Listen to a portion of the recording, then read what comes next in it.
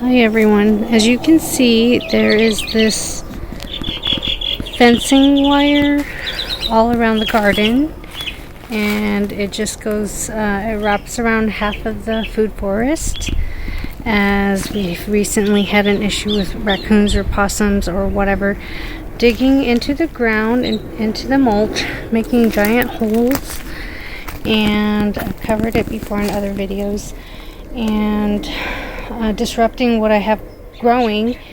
And what happened was I put new seed into the ground, trying to grow zinnias and different flowering plants, and it dug up the area where I had placed the seeds, and so we decided to put up this fencing. However, now the dilemma is that this used to be my walking path, and this walking path is filled with this fencing, so I can't get in there to properly water all my plants. So unfortunately I'm gonna have to take it all down, so I'm gonna have to roll it back up with the help of my husband so that I can water my plants properly. Pardon the sound of that airplane. So the issue is I can't water things properly, and living in SoCal with the hot summer sun, it's crucial to be able to water the plants deeply and get in there and weed and tend to the different plants. So there, as you can see, I have lots of potted plants in there as well, and the thing is, if I can't get in there and water the plants well, it's going to dry out from below and die. So that's what's happening. So we'll have to find other methods to sow seeds and stuff.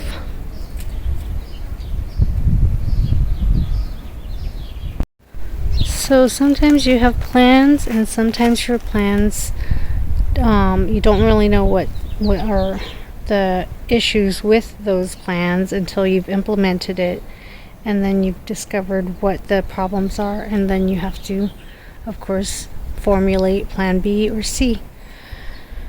So there you have it.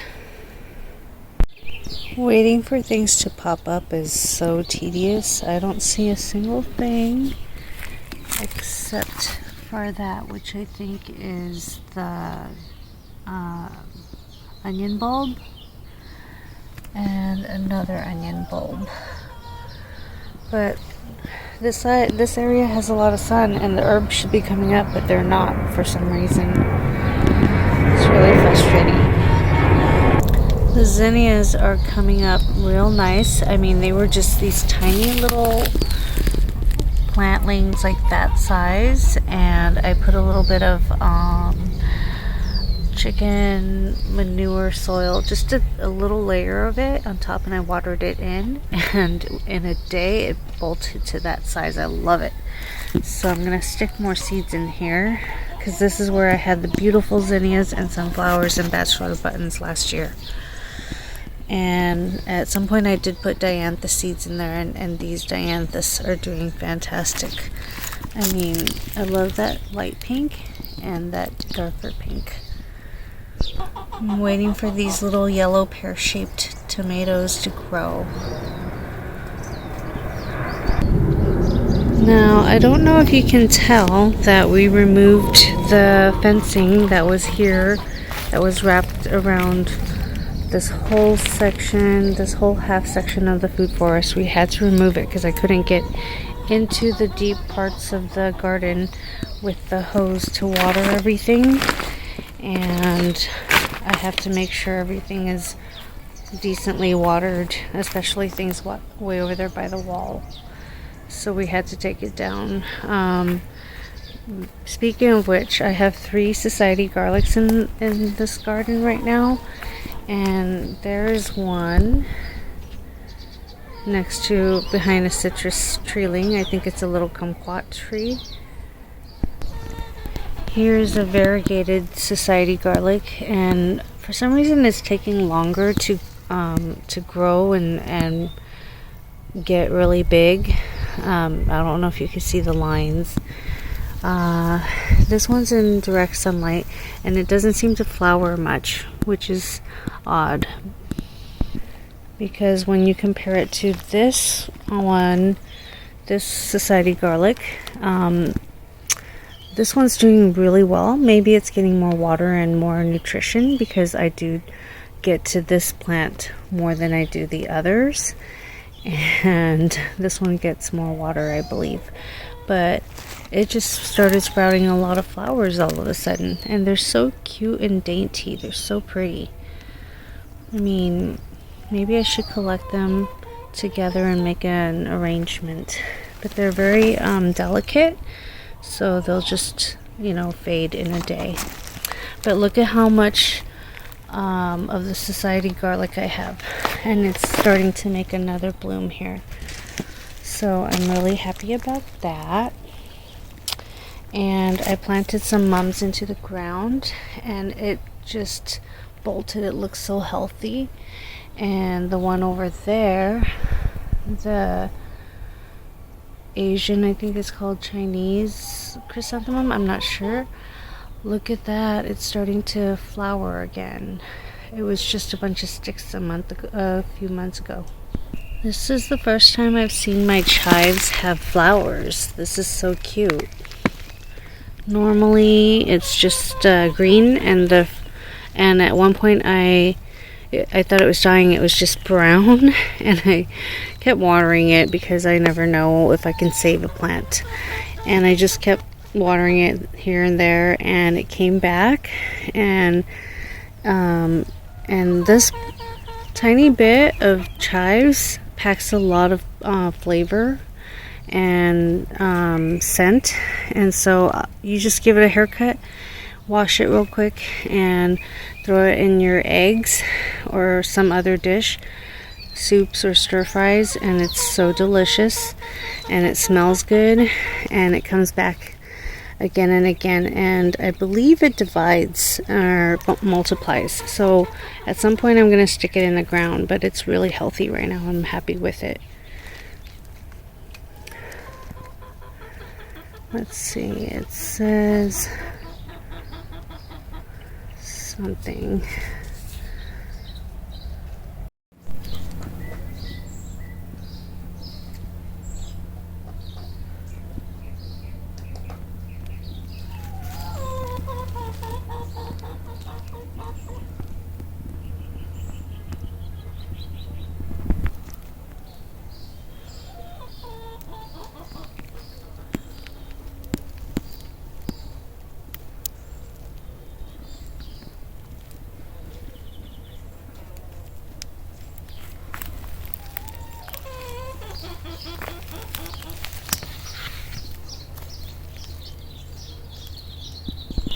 So I'm trying to fill the garden with lots of flowers, lots of fruit trees, lots of edible things, and it's doing great because like calendula repels pests, but it also draws in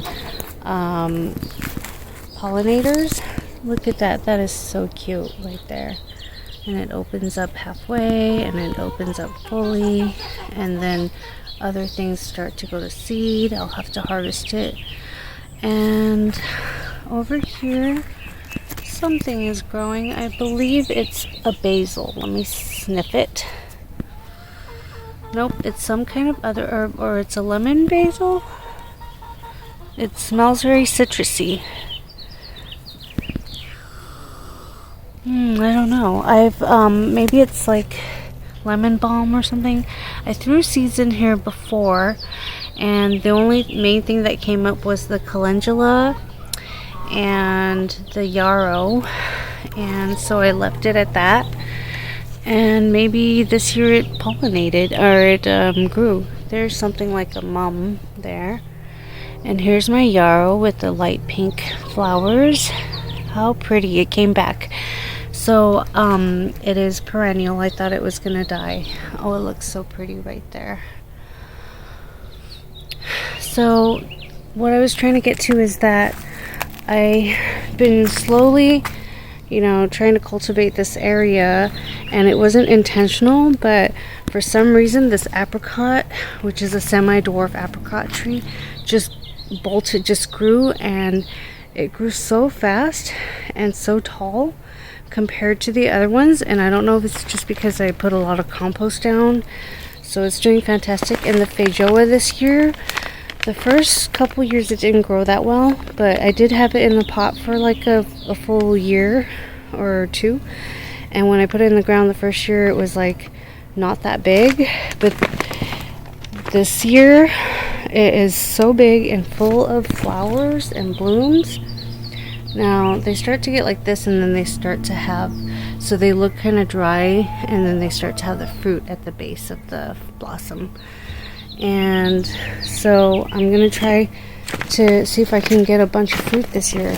This is the first time I've seen so many blooms all over this. But so the feijoa and the apricot kind of take up the middle portion of the food forest, and then over here I have a ton more.